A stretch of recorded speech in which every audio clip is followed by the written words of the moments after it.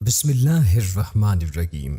السلام علیکم ناظرین گرامی، روح کیسے نکلتی ہے؟ کیا جانوروں اور پرندوں میں بھی روح ہوتی ہے؟ اور اگر ہوتی ہے تو ان کی روح کیسے نکلتی ہے؟ اور کون سا فرشتہ ان کی روح قبض کرتا ہے؟ اور کیا انسانوں کی طرح جانوروں کو بھی مرنے کے بعد اللہ تبارک و تعالی دوبارہ زندہ کریں گے؟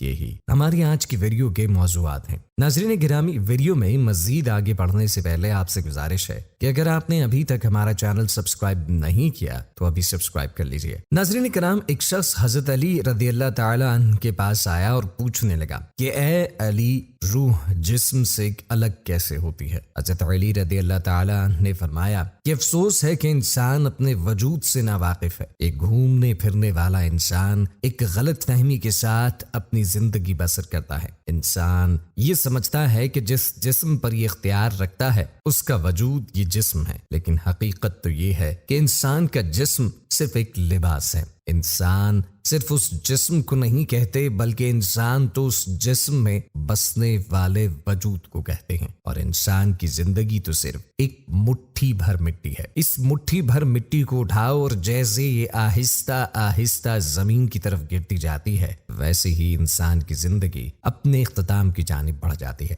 زندگی صرف ایک وقت ہے، اسی لیے عارف اس بات کو سمجھ جاتے ہیں اور وہ اپنے وقت کی قدر کرنے لگتے ہیں۔ ان کے نزدیک دنیا کی انمول چیز وقت ہوتا ہے، اور جاہل اپنی خوشیوں کے پیچھے بھاگتے رہتے ہیں۔ ان کے نزدیک وقت کی کوئی قدر نہیں ہوتی۔ یہ جو اختیار تمہیں ملا ہے، یہ جو حکومت تمہیں ملی ہے، اس کا ایک محدود وقت ہے۔ وہ شخص حضرت علی رضی اللہ تعالی عنہ سے پوچھنے لگا کہ اے علی، کون سی حکومت؟ تو حضرت علی رضی اللہ تعالی عنہ نے فرمایا، تمہارے جسم پر تمہارے وجود کی حکومت، تمہارے وقت پر تمہارے سوچ کی حکومت، تمہارا چلنا، تمہارا دیکھنا، تمہارا سننا اور تمہارے دل کا دھڑکنا صرف ایک محدود وقت کے لیے ہے۔ اللہ تبارک و تعالی نے تم لوگوں کو اس جسم پر بادشاہ بنا کر بھیجا ہے تاکہ تم اس سلطنت کی حفاظت کر سکو، اس سے صحیح فیصلے کروا سکو، اس میں صحیح عادتیں ڈال سکو، اور جب یہ محدود وقت ختم ہوگا تو فرشتہ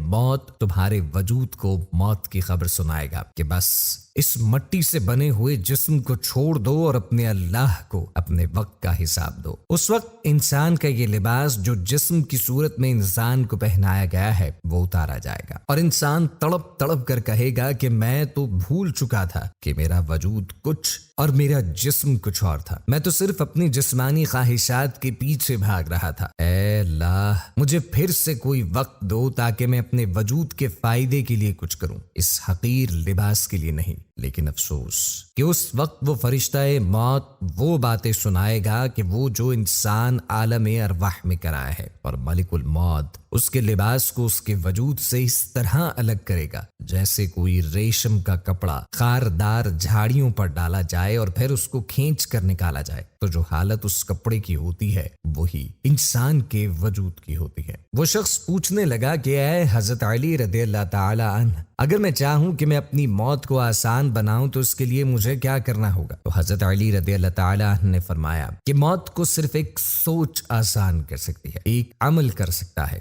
تو وہ شخص پوچھنے لگا کہ وہ سوچ کون سی ہے اور وہ عمل کون سا ہے؟ حضرت علی رضی اللہ تعالی عنہ نے فرمایا، وہ سوچ یہ ہے کہ انسان اس لباس سے جس کو انسان اپنی زبان میں جسم کہتا ہے، اللہ کی مخلوقات کو زیادہ سے زیادہ فائدہ دے۔ پھر اس عمل کے بارے میں بات کرتے ہوئے فرمایا، وہ عمل یہ ہے کہ اللہ رب العزت کے بتائے ہوئے اور نبی کریم صلی اللہ علیہ وآلہ وسلم کے بتائے ہوئے طریقوں کے مطابق زندگی گزارے۔ جس انسان کے دامن میں یہ سوچ اور یہ عمل ہوگا، اس شخص کی موت کے لیے جب ملک الموت آئے گا تو اس کو مبارکباد کے ساتھ ایک پھول دے گا اور یہ کہے گا کہ اس جنت کی خوشبو کو محسوس تو کر، اور انسان جیسے ہی اس خوشبو کو محسوس کرے گا اس کا لباس اس کے وجود سے الگ ہو جائے گا، بے حرکت ہو جائے گا اور انسان کا وجود اللہ کی پناہ میں آ جائے گا۔ ناظرین گرامی، اب بات کرتے ہیں جانوروں کی روح کے حوالے سے کہ جانوروں کی روح کیسے قبض ہوتی ہے اور مرنے کے بعد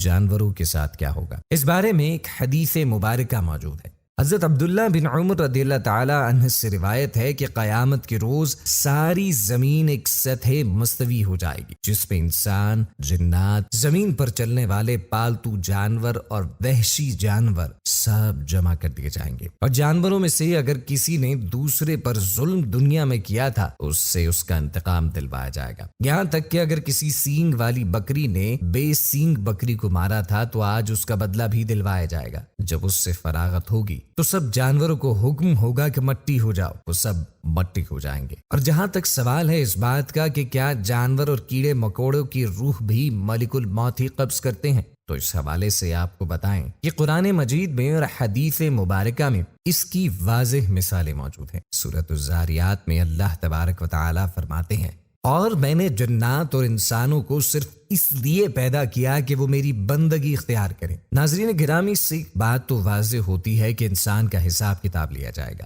اس نے دنیا میں کیسی زندگی گزاری، کیا اللہ کے احکامات پر پابندی کر کے زندگی گزاری یا روگردانی کرتا رہا، اس کے نیک اعمال کتنے ہیں، اس کے بد اعمالیاں کتنی ہے، ایک ایک پل، ایک ایک لمحے کا حساب لیا جائے گا، اور اس کے بعد اللہ تبارک و تعالی جسے چاہیں گے جنت میں بھیج دیں گے اور جسے چاہیں گے جہنم میں ڈال دیں گے۔ لیکن جہاں تک جانوروں کا سوال ہے تو جانوروں کو ایک دوسرے سے بدلہ دلوایا جائے گا اور ان کو ختم کیا جائے گا۔ اور اگر بات کریں روح کے قبض کرنے کی تو اس حوالے سے مختلف آراء موجود ہیں۔ کچھ جگہوں پر لکھا ہے کہ مختلف فرشتے اللہ تعالی نے مقرر کر رکھے ہیں، اور کہیں پر ایسا بھی لکھا ہے کہ ملک الموت حضرت اسرائیل علیہ السلام ہی تمام جنات، انسانوں، چرند پرند، غرض یہ کہ ہر جاندار کی روح قبض کریں گے۔ ناظرین گرامی، ہمیں چاہیے کہ ہم اللہ تبارک و تعالی کے احکامات کے مطابق زندگی بسر کریں، اپنے جسم کو، اپنے لباس کو، اپنی روح کو اللہ تبارک و تعالی کے احکامات کے تابع کریں، تاکہ ہماری یہ گزرنے والی زندگی ہر لمحہ اللہ تبارک و تعالی کی یاد میں ہو، کوئی لمحہ غفلت کا نہ ہم گزاریں، اور جب ہمارا وقت آخر ہو تو ہماری زبان پر کلمہ جاری ہو، اور مرنے کے بعد رسول اللہ صلی اللہ علیہ وآلہ وسلم کی قربت نصیب ہو، اور رسول اکرم صلی اللہ علیہ وآلہ وسلم کے ہاتھوں سے حوض کوثر پینا نصیب ہو جائے۔ آمین۔